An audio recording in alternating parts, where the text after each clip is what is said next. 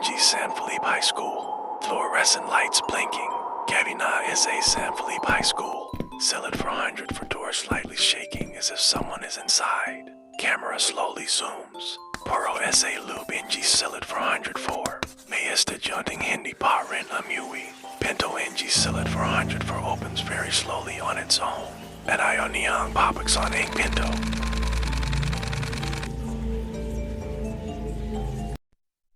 Gabby, no. At SA San Felipe High School, wala ng tao. Dapat pero, para ke? Althea Eason, grade 11 student. Parang may kailangan pa siyang balikan. May iniwan siyang gamit SA classroom. O iyan ang sinasabi niya sa sarili niya. Pero ang totoo, simula nang mawala ang kaibigan niyang si Rina, hindi siya mapakali. Si Rina, ang huling estudyanteng nakita sa silid 404. Walang naglalakas loob na lumapit saya silid. Pero ang gayong gabi, ibang pakiramdam ni Althea. Parang tinatawag siya habang naglalakad siya sa madilim na pasilyo. Napansin niya na ang ilo SA dulo NG hallway ay yumila. Namamate yumila. Yulit. Parang tumutugma sa tibok NG puso niya. Pagdahan niya sa lumang bulletin board, may nakapaskil piyaring lumang poster. Missing Rina Santos. Last seen near room 404. Napulunok si Althea. Tama na. Hindi ako dapat nandito. Bulong. Naya. SA. Sarili. Paro bago pa siya makabalik. May merahang tonog siyang narinig mula sa dulo NG hallway. Tok, tok, tok. Mahinang katok. Galing sa loob NG silid 404. Huminto siya. Hindi posible. Mahinang bulong niya. Pagtingin niya sa may basa na yapak. Papunta sa pinto NG silid 404 at SA Ibobo NG Pinto. Nagsimulang gumalaw ang doorknob. Dahan-dahan. Parang may tao saya. Loop. Hangin. Langbar. Yon. Oh. Si Rina. Nakatayo si Althea sa harap ng pinto. Hindi niya alam kung lalapit o tatagbo palayo. Pero ang meha japak sa ihe malit basa o diretso papasok NG silid 404. Parang nagsasabing dedo ko. Huminga siya ng malalim. Rina, kung ikaw to.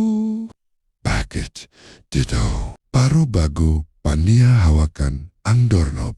Bam! Parang may malakas na tumulak mula sa yalo. Napalundak siya. Napaurong ang ilo. SA Kisame Apumatok Kailahati NG Hallway Biglang nagging Itam Say Jidna NG Dilam May boses Mahina Anguni Malano Galing sa likod NG Pinto Althea. Tulungan mo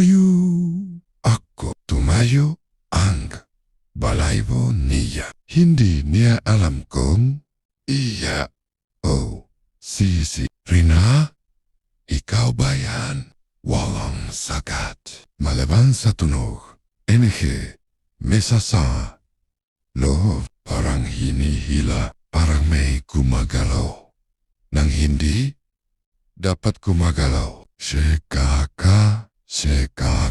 Nang inginik ang kamay ni Althea, pero hindi siya tumalikod. Naramdaman niyang kailangan niyang pumasok. Dahan-dahan niyang binuksan ang pinto. Matete nang bumukas ang siwang pinto. Pumasok ang malamig na hangin at kasabay nito isang anino na mabilis na dumahan sa hilid.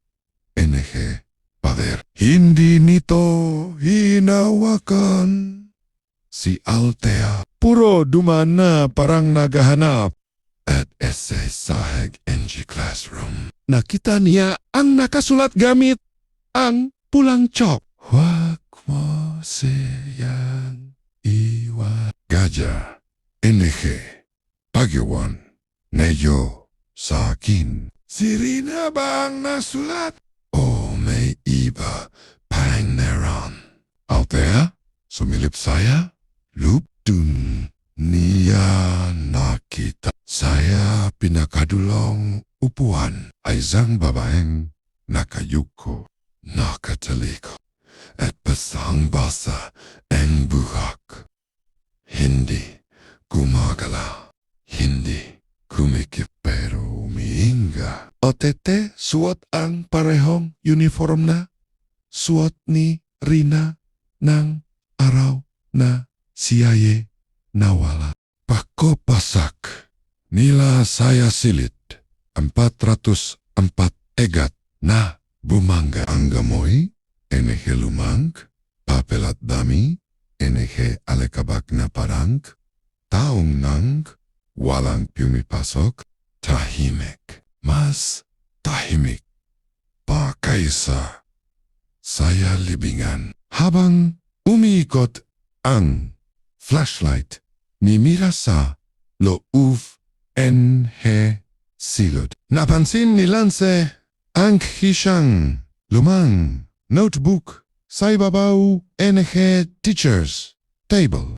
Kulay maroon, may mga kaskasak cover at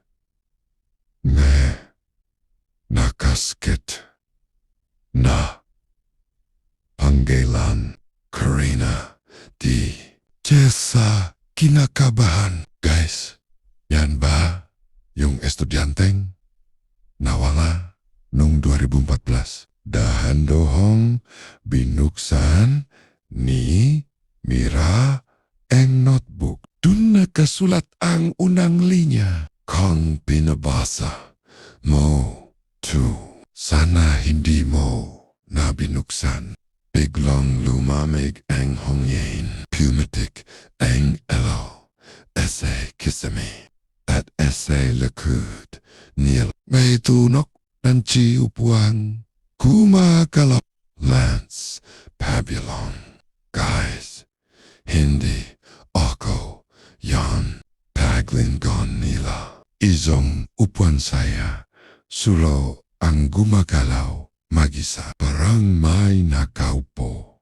Pero wala naman. At unti-unting nagsusulat ang kachok sa pisara. Bumalik kayo dito dahil may isa pang dapat magbayad. Myra ay dahan-dahang umatras mula sa notebook. Puro habang naglalakad pa atras, napansin niya ang sahig. May vakas sapatos maliit. Bilog, basa. Parang galing pasilyo. Papasok silid 404. Lance Pulon. Wala namang basa sa labas. San galing yan? Jessa, nandiyan ginig. Guys, may nakapasak na eselub natin. Biglang tumunog ang isa sa imha. Lumang loka sa hilit NG classroom. Bang! Parang sinipa mula saya. Loop sunod-sunod na kalabog. Ay sa dalawa, tatlo, la. NG locker, akumagala, naging gay. Parang mayem ka, estudyanteng, nakakulong sa loop. Mira, sumiga. Corina, ano bang kailangan mo? Bate mo, kami pinapunta dito. At dun, unti-unti, tumigil ang lahat. Tahimik ulit. Hanggang sa may boses na umalinga. Ese likod NG silid. Isang boses na parang batang babay. May na basak parang galing sa loob. Engi tubig. Hindi ako ang hinahanap ko. Jessa Tackett. No, Tackett. Sino? Sino ang hinahanap mo? May lumabas na kama imula sa likod. NG Pisara. Maputla. Payat. Puno. NG. Dugotete. Kukona. Helos. Mabunot na. Dahan-dahan nitong itinuro ang isa sa kanila. Si Mira. Corina whisper. Ikaw ang dahilan. Ikaw ang nagsara. NG pinto. Nepatagil si Myra. Para siyang binusan NG malamig na tubig ng ginig engi. Tuhod niyawang nakatitig sa multong. Si Karina Lanskalit puro nanginginig. Mira, anon en ibig niyang sabihin? Anon pinto. Hindi makapagsalita si Mira. Mas lalong lumamig ang hangin. Menggo bintana. Naksara ng sabay-sabay. Bang Corina nakalutang dahan-dahang lumapit ang guhak niya nakalaylay. Ang gamaha, matay, mapuputi at puno. NG tubig. Karina, pabulong, parang humihikbi nung araw na iniwan. Enedyo ako. Tumawa kayo, nagulat ako. Pero hindi ko alam na yon na ang huli. Jessa Halos Mayak. Mira, sabihin mo nga, ano ba talaga nangyari? Mira, nanginginig, halos hindi makahinga. Hindi ko sinasadya. Non greto jo tayo. Diba, pinagawa niyo ako, NG. There, sunod, nakumarap ang gilo. Nag-flashback ang chalkboard. Isa mismong lapah nagsusulat. NG, chok, NG, salita noong araw na ikinulong ang yo, ako, sa, ese, yele. Y de 404. Mira tuluyang napaupo. Umi. Ako yang umila sa pinto. Ako yung nagsara. Puro akala ko magbubukas siya. Akala ko joke lang. Corina umiya na rin. Pero dugo ang lumalabas sa mat. Sinubukan kong sumigaw. Sinabukan kong kumato. Puro walang nakarinig. Biglang bumukas ang isang locker sa hilid. At mula ron Lumabas ang isang basang sapatos. Ang sapatos ni Carino. Tumama sa sahay na may latak. Enehe tubig. Isang tunog na parang ala, ala. Enehe huling sandali niya. Kore na mas malakas, mas masakit. Tumakbo. Kayo. Iniwan niyo ako. At hanggang ngayon, hindi ako nakalabas. Napalunak. Silanse. Natup. Ang bebeg niya. Mira, ikaw ang dahilan kung bakit hindi siya nakawi. Mira, humahagogo. Karina, patawan, please. Patawarin mo ako. Engoni, hindi ang gumiti. Ang multo. Pages, tumuid. Hang, katawan, niya parang naputol. Ang mekabuto at bumalong ulit. Hindi ko kalangan ng patawad. Kailangan KONG kay otohanan. Gabi na sa buong campus. Tahimik walang bante. Pero sa salod 404 may gumagala. S.A. Dilam. Si?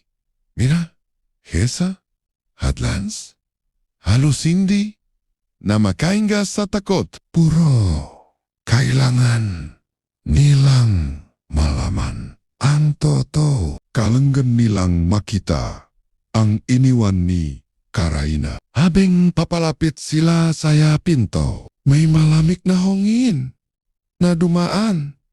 Saya pagitan nila. Parang may dumampi. Saya patok nila kahit walang tao. Jessa emehay na ang bose. Guys, pakiramdam ko may nakasunod. Saya atin ng jinjinik kang kamay ni Lance. Habang binubuksan kang flashlight. Pero, Pagan, NG, Ilu, may dalawang pa na nakatayo sa ilalim. NG, pinto, nakatayo. Pero walang katawan sa itaas. Napatras sila biglang. CRRRRKKK. Kumalag ang sahig. Pinto. NG Silot 404. Kusa. Dahan-dahan. Otete. Napakalamig na bumukas.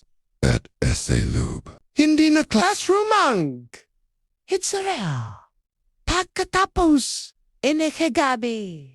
Ang hiyaupuan ay nakapila sa hitna parang altar. Ang sahig, a puno, NG, lumang chalk, writings, na amikot, na parang spiral, at SA jitna.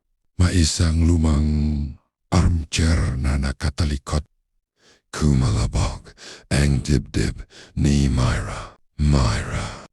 Karina. Ikaw ba? Yan. Dahando. Humikot.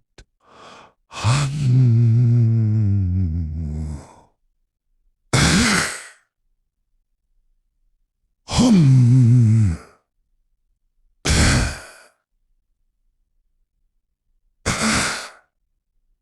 Ka.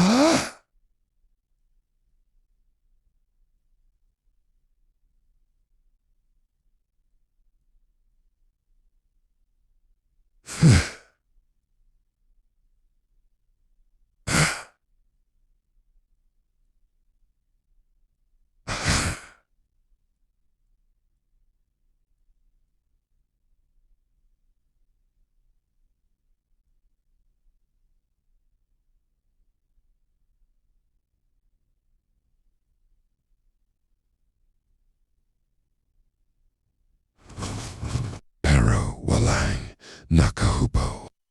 Walang tao, walang katawan. Pero essay likod nito may notebook at essay pabalet. Nakasulat ang pangalan niya, Karina de la Cruz. Grade 7 Section Hope. Missing 10 years ago. Peg kuha ni Mira said notebook. Lawa. Essay. Hallway. Sabe. Nomati. At mula. Sa likod nila. Isang boses na puno. Nangge. Sama nanggiluporo. Nanginginig saya sakit. Bakit niyo ako iniwan?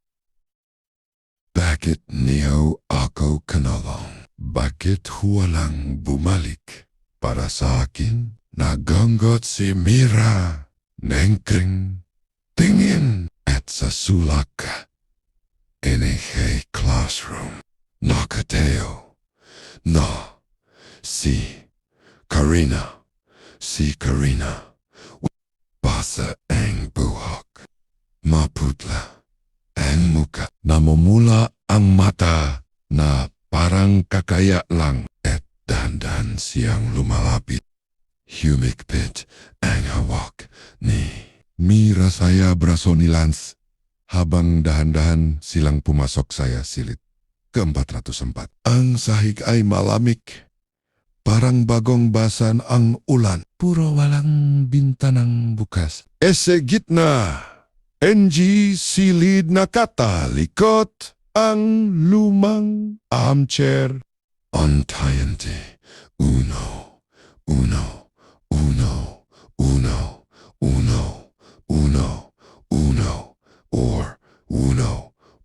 Rotating uno. On the los. Pos. The beginning. Uno. Posit put. Kahit. Walang hongin. Lance Bulong. Wala namang tao, diba? Pero bago pa sila makaurong. May kamay na puting beauty ang dahan-dahan. Lumalabas mula sa likod. Inike armchair. Mahaba ang daliri. Putol. Ang game ga. Kuko. Paring kuza lang na damudugo.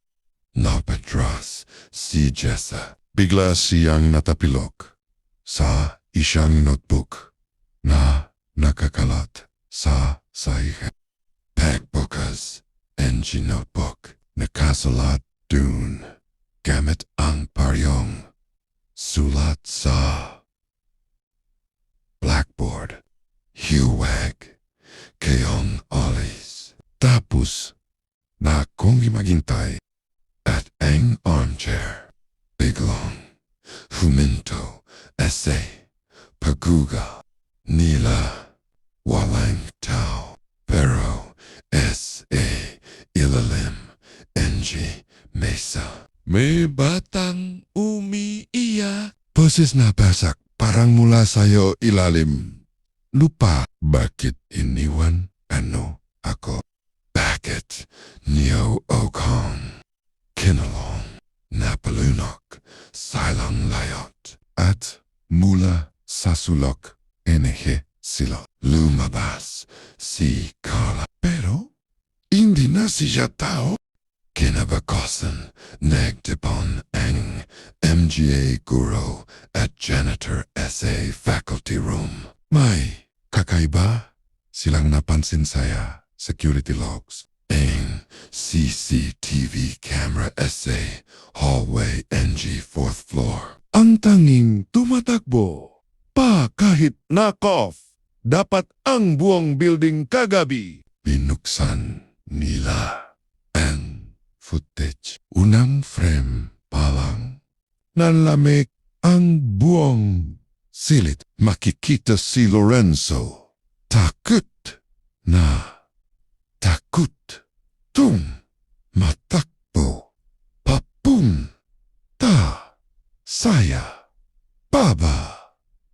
Nakalatkat ang isang upuan, parang may humihila. Saya kanya mula, saya dilim. Pero hindi.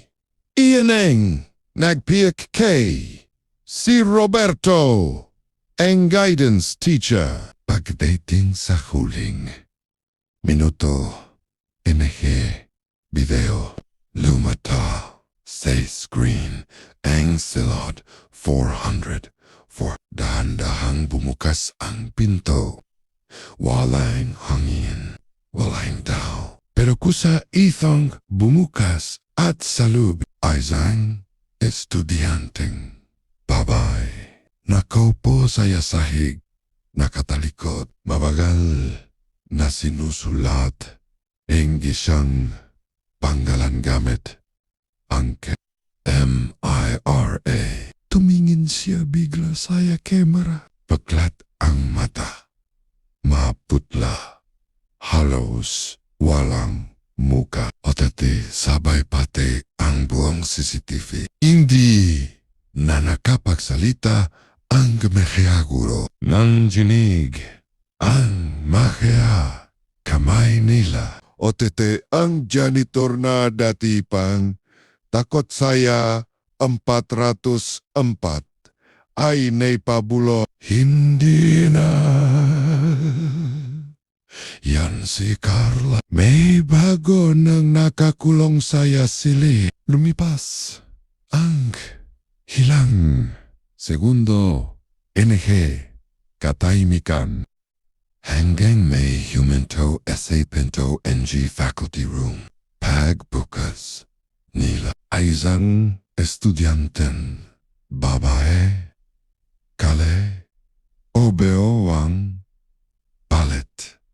Ete nang ingini ang kamay. Sir, mahina nitong sabi.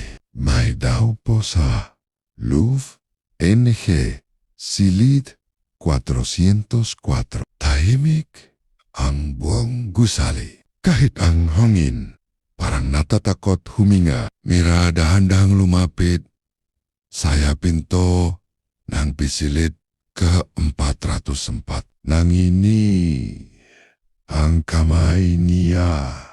Pero hindi na siya umatra sa Louvre. Hindi na ordinaryong classroom ang nakita niya. Ang bawat mesa nakawalaita ang MK upuan, nakasapit saya kisam at ang chalkboard kusang sumusulat ang groom.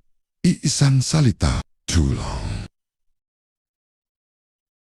Lumapit siya. Otete habang papalapit, unti-unti lumilinaw ang refleksyon. Saya basak na salamin. Isang estudyanteng babae. Nakasabit ang ID.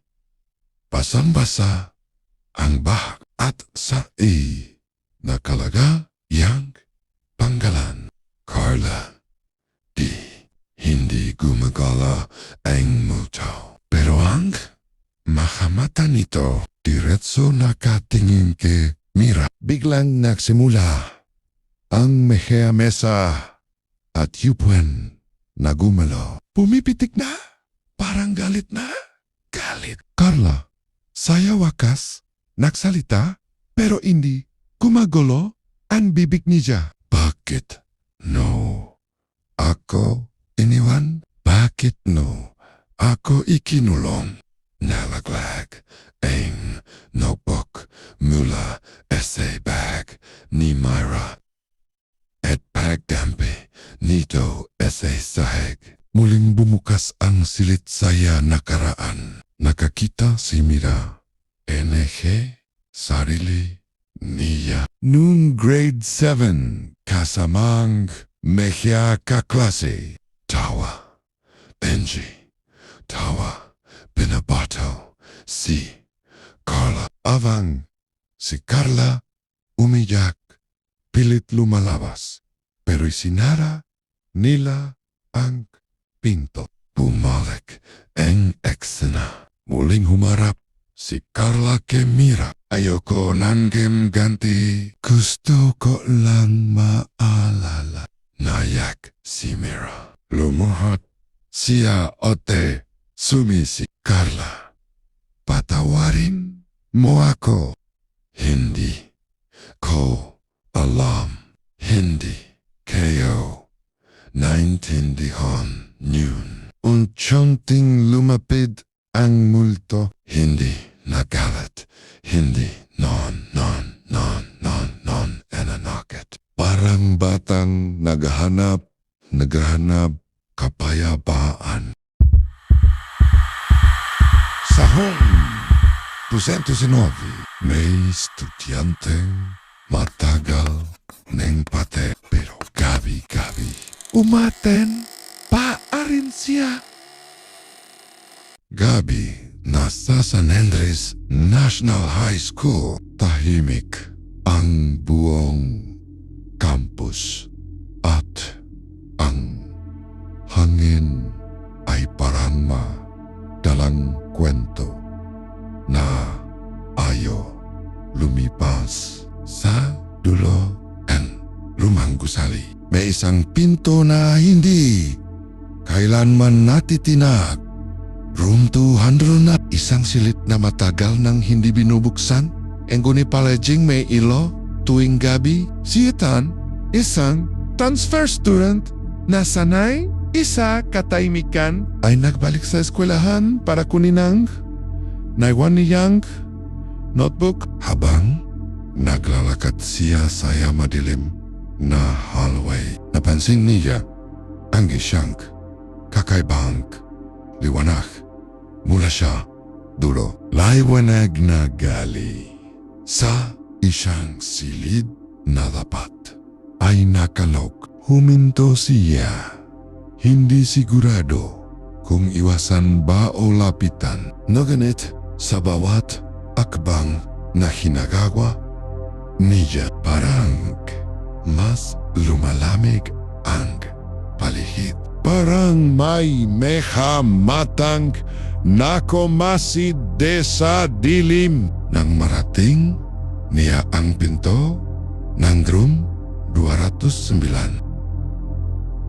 Dumango sa malit na salaman sa gilid. O tada dunia. Unang nakita ang isang estudyante nakaupo sa gitna silid. Nakayuko, hindi gumagala o tete. Tila hindi walang dapat na tao. Walang dapat na upuan saya git o tatalalong walang dapat na ilaw. Pero ang nakakatakot ay hindi ang presensya estudyante, kundi ang pakiramdam na parang matagal na niyang kilala ang makanailong parang isang larawan na nakita niya noon. Pero hindi niya maalala kung saan. Habang pinamamasdan niya ang tahimik na figura, unti-unting tumingla ang estudyante. Mabagal, parang pilit na binubuhay. Ote sa sandalin, nagros ang kanilang mata. Isang ngiting malamihang gumuit sa kanyang labi. Isang ngiting hindi galing sa tao. Ethan o patras, nanginginig ang tuhod. Pero hindi makalis, parang may umila sa kanya. Pabalik sa silid at sa chalkboard. Sa loob, unti-unting lumato ang mehea salita na hindi niya nalilimutan abang buhay. Isa ka na ring pangalan sa listahan sa ilalim nito. Ang pangalan niya mismo. Semenit Nara. Tila walang nakapansin saya. Takot ni Ethan pero sa loob niyo palitilit bumabalik ang ima. Ini lalaking nakasilip mula sa room 209. Tahimik ang buong hallway nang dumating siya. Puro habang papalapit siya, saya silit napansin na yang bukas ang ilo sa loob. Hindi dapat. Dahil taon na itong walang clay. Lumapit siya. Huminga ng malalim at sa sandaling gadinikat niya angga sa pinto. Tok, tok, tok, tok. May kumakatok mula sa loob. Tatlong pieces. Parehong ritmo kagaya kagabi. Nalamig ang batok niya. Hindi niya alam kung tatakbo ba siya o buksan ang pinto. Pero bago pa siya makapagdesi, kumalabog ang mesa sa loob. Parang may bumagsak. Parang may nagwala. Dahan-dahan siyang umatra. Pero may kaba na parang may umila pabalik. Pakiramdam naya may nagmamast, may nagbabantay, at may nagahihintay na buksan niya ang pinto. Habang nakatayo siya sa gitna ang dilim, isang malamig na bulong ang suminggit siyangin. Ethan, bumalik ka na naman. Napaatras siya. Nalaglag ang libro niya. Otete paguko niya para pulutin ito. May isang pa sa ilalim. Pinto. Nakatayo. Nagahint. Hindi daw ang nito puti. Madumi. Otete parang nabubulok. Napaatras si Ethan nang mabilis. Pero hindi pintong nakasara kanina. Kusa na bumukas. At mula sa loob lumabas ang isang mainang tinig. May utang ka, saya, amin. Tahimik ang hallway. Pero para kay Ethan, parang bawat hakbang niya papalapit, saya silit 209 ay nagpapabigat sa dibdib niya. Uminto siya sa taba pinto. May malamig na hangin na kumawala mula saya. Siwang nito. Hindi natural. Hindi normal. Parang humihinga ang silid. Dahan-dahan siyang lumapit. Habang papalapit, pakiramdam niya may gumagapang sa batok niya. Parang may matang nakatutok sa kanya. Nang ilapit niya ang muka sa siwang, may narinig siyang mahina na boses. Huwag kang tumingin sa lup. Nanagas siya. Hindi ilon, boses, enehe, multo, boses, ilon, enehe. Isang batang lalaki. Humihingal, nagmamakaawa. Lalong tumindi ang kaba ni Ethan. Lumingan siya, pero walang tao. Muli siyang tuminghan sa pinto. Dun niya nakita may isang kamay na dahan-dahang gumagala sa sahig. Payat, maputla nanginginig tulungan moyo ako. Bago siya bumalik, tumigil ang mundo ni Ethan. Sino ang siya? Ano ang nangyari sa watang ito? Bago pa siya makapaisip, may biglang malakas na pagbagsak sa loob silot. Nagtilian ang gameyo upuan parangge may sumusuntok sa mesa. Otite saya salamin ang pinto. May maputlang kamay na dumampi. Mahahaba ang daliri. At untainting kumahit NG salita. Umalis kak umurong si Ethan pero hindi siya makatakbo. May naririnig siyang papalapit na, mabibigat na, yapa mapagka.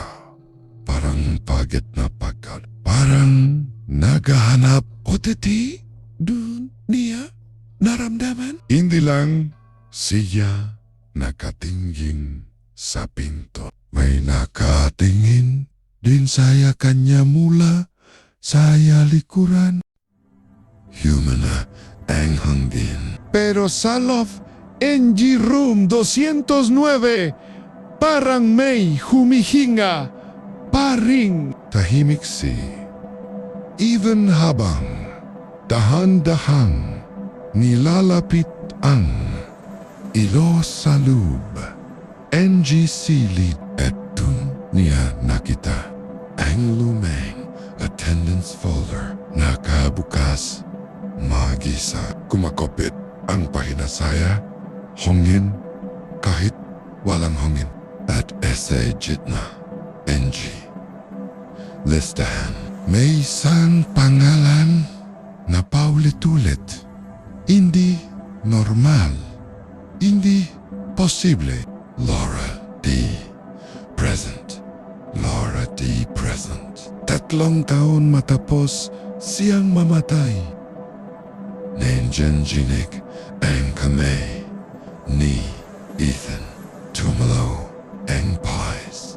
Essay leg niya. At habang papalapit siya, saya folder biglang kumalabog ang mesa sa likod. Isang mesa ang gumulang na parang may tumulak pero walang tao. Mula say sulok NG sulok NG sulok NG sulok o bella o silok o silok o silok o silok o silok o silok on silok o silok on silok on silok on silok on silok on silok mula say sulok NG silok MG silok NG silok. May siyang boses na batang babae. Mahirap, unawain, parang sabes na bulong. Bakit mo yo ako? Iniwan. Ethan, tumigil ang layat ang orasan ang ilaw ang tibok enerhe puso niya at dun na ang gabi na hindi na niya makakalimutan. Makbo si Roel Palabas, NG Classroom. Pero pagdating niya sa hallway, napansin niya ang hindi na ilonghang parehong pasilyo ang dating mahaba. Maliwanagi na koridor ang gayon amately madlam. Parang pinipilipit ang isang puwersang hindi pangkaraniwan. SI bawat hakbang niya. Parang lumalalam ang echo. Parang may sumusunog sa likod niya. Hanggang SI bumukas ang lahat. NG pintuan sabay-sabay. Lumibas ang malamig na hangin.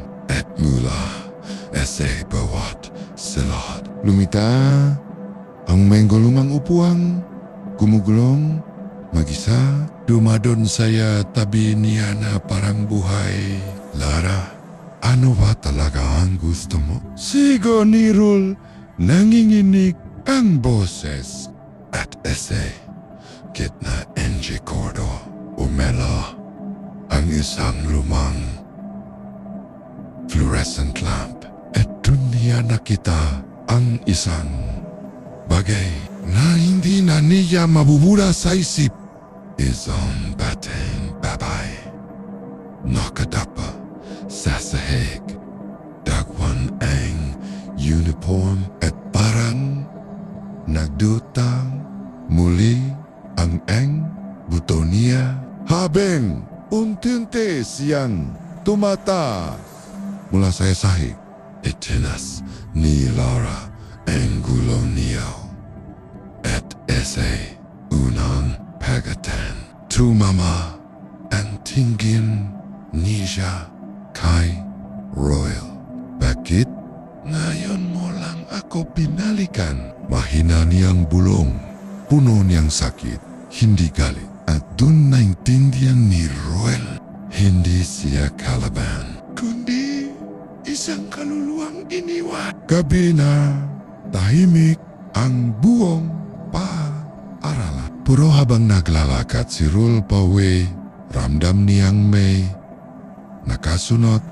Hindi pa kundi anino.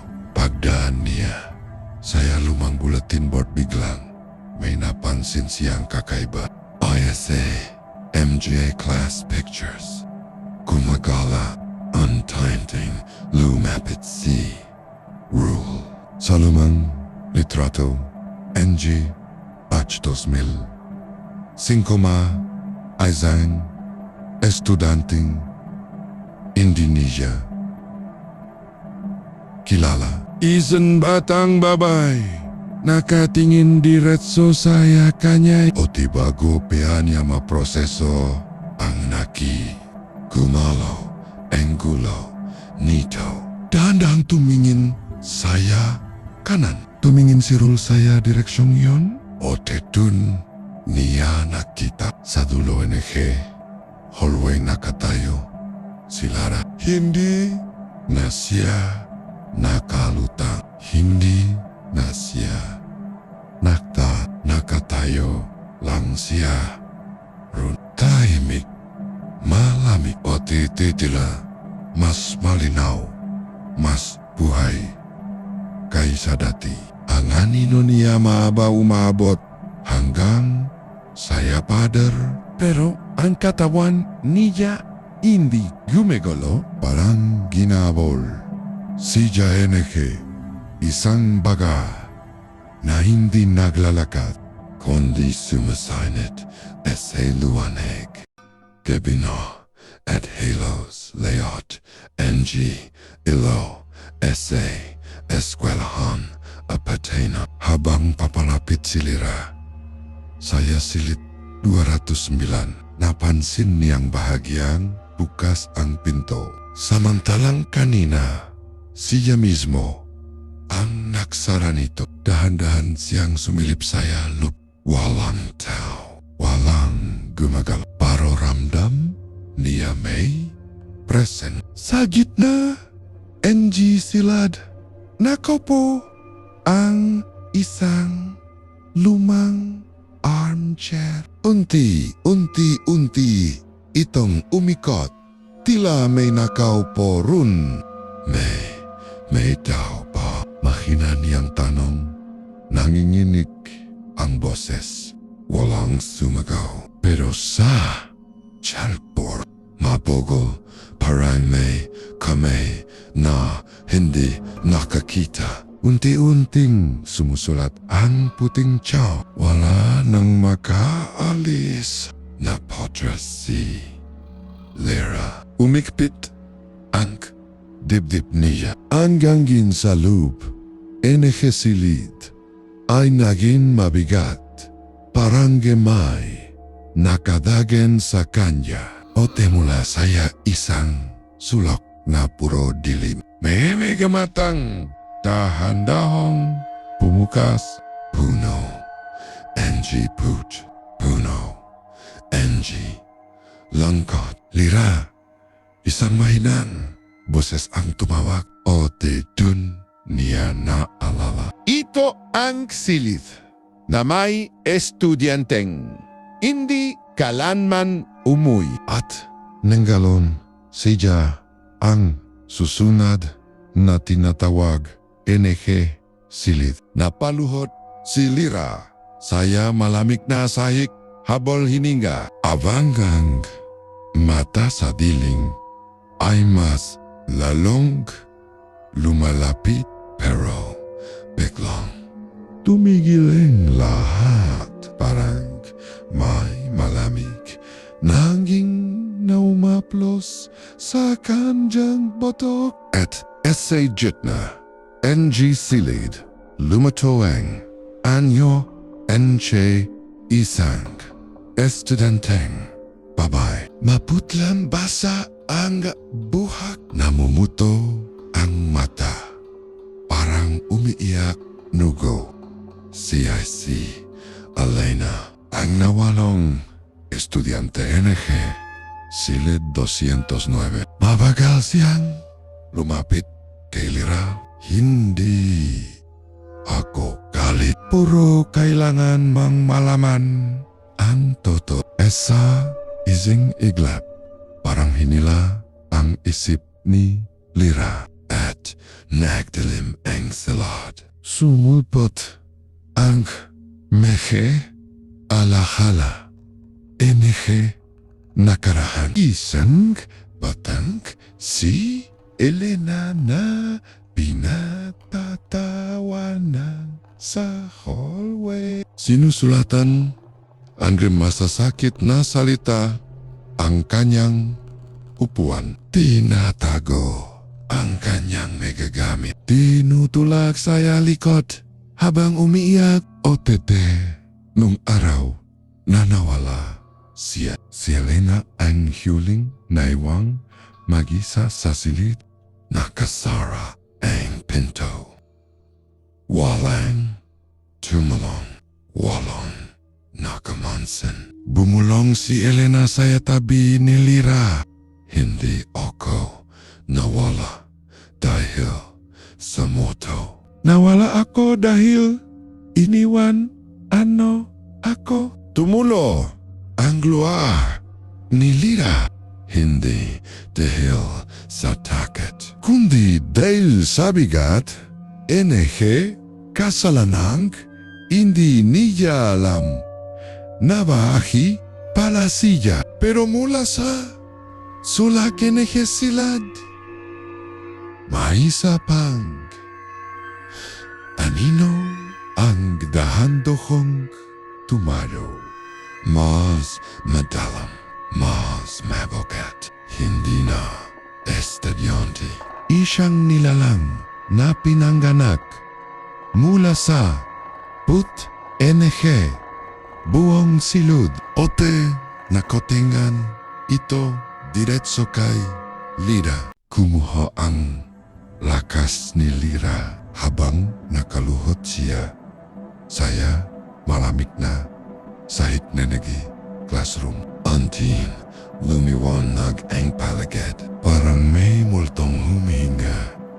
Saya bawat sulok sa harap niya. Dandahang lumapit si Elena. Hindi galit. Hindi na kagaya kanina. Kundi nalangkit. Pagged. Parang isang batang naghintay. NG paginggi. NG tawat na hindi dumating. Lira bulong ni Elena. Ang boses niya iparanggaling sa ilalim NG tubig. Hindi ko ginusto ang mangyari.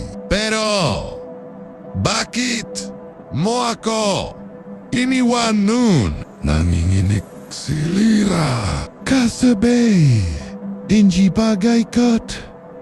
NG malamig na hangin bumalik sa isip ni Jang Gabing. Iyan ang pagtutulakan nila kay Elena. Ang makiabiro, ang tagwanan, dede ang pintong isinara nila. Yung pintong hindi na muling bumukas. Hindi ko sinasadya. Bata pa ako. Natakot ako. Halos hindi makapagsalita si Lyra. Ngunit umiling si Elena. Mas masakit ang takot na mag-isa sa doon. Biglang kumatok ang fluorescent lights. Sa kisama, isa-isang bumagsak ang upuan sa hallway. Ramdam ang paglapit enge iba pang kaluluwa. Mga estudyanteng kinuha NG sumpa. Mga boses na pabulong na kumakanta NG isang salita. Kasalanan, kasalanan, kasalanan. Tumayo si Lyra, nanginginig. Pero tumingan siya diretso sa emehya mata ni Elena. Kung kailangan mong makalaya, kung kailangan mo angge makakarinig, ako yan, hindi na ako tatakbo. Sa unang pagkakata, kumarap si Elena at salove. Enerhe, ilang segundo. Parang hindi siya multo. Parang estudyante lang na nasaktan. Iniwan, OTT, nakalimutan. Umaga na sa San Isidro High School. Pumasok ang liwanag sa basag at essay unang pagkakatan. Tahimikang silid. 308 nakaluhot si Lyra. Sayasahi hingal pagod nanginginig sa harap naya. Dahan-dahan naglalaho si Elena. Palot, NG, malambot na liwanag. Hindi nagalat. Hindi na nagihiganti. Malangkat. Pero bayab. Salamat, Lyra. Nalala mo na ako kumunot ang nonilida. Napaluha, patawad. Elena, patawad. At essay huling iglap. Isang mahining nidi ang lumato sa labi ni Elena. Bago tuluyang naglaho, saya hongin kasabi. Enge pagalis zenije, bigachi, naelangge, taonangge, nakasabichi sa siliji. Ngunit habang humihinga ng malalim si Lyra, biglang pumatay ang ilaw. KRRRRRT. Umugong ang fluorescent light. Say madalam na sulak. May isang upuan na gumalaw mag-isa. Dahan, mahinang kaluskos. OTT, saya, basa na salamin. May bagong mukhaan nagri. Isang batang lalaki, maputla, umiiyak, nakasuot ng lumang at sa likod niya. Parang may gumugichi na letra sa chalkboard. Ako, name. Habang sumisikat ang araw saya, San Isidro. Akala ni Lyra tapos na ang lahat. Akala niya sa paglaw ni Elena may kapayopan na sa silid 4 408. Puro saya bawat paaralang me nakalimutang pangalan. May kaluluwang, nananatiling, nakatali, otete sa likod, NG bawat pader, sa bawat lumang mesa, may mga kwentong hindi pa nasusulat. Kung may nawala, noon may susunod na muli. Dahil sa paaralan ito, hindi lahat ang estudyante umuoti. Hindi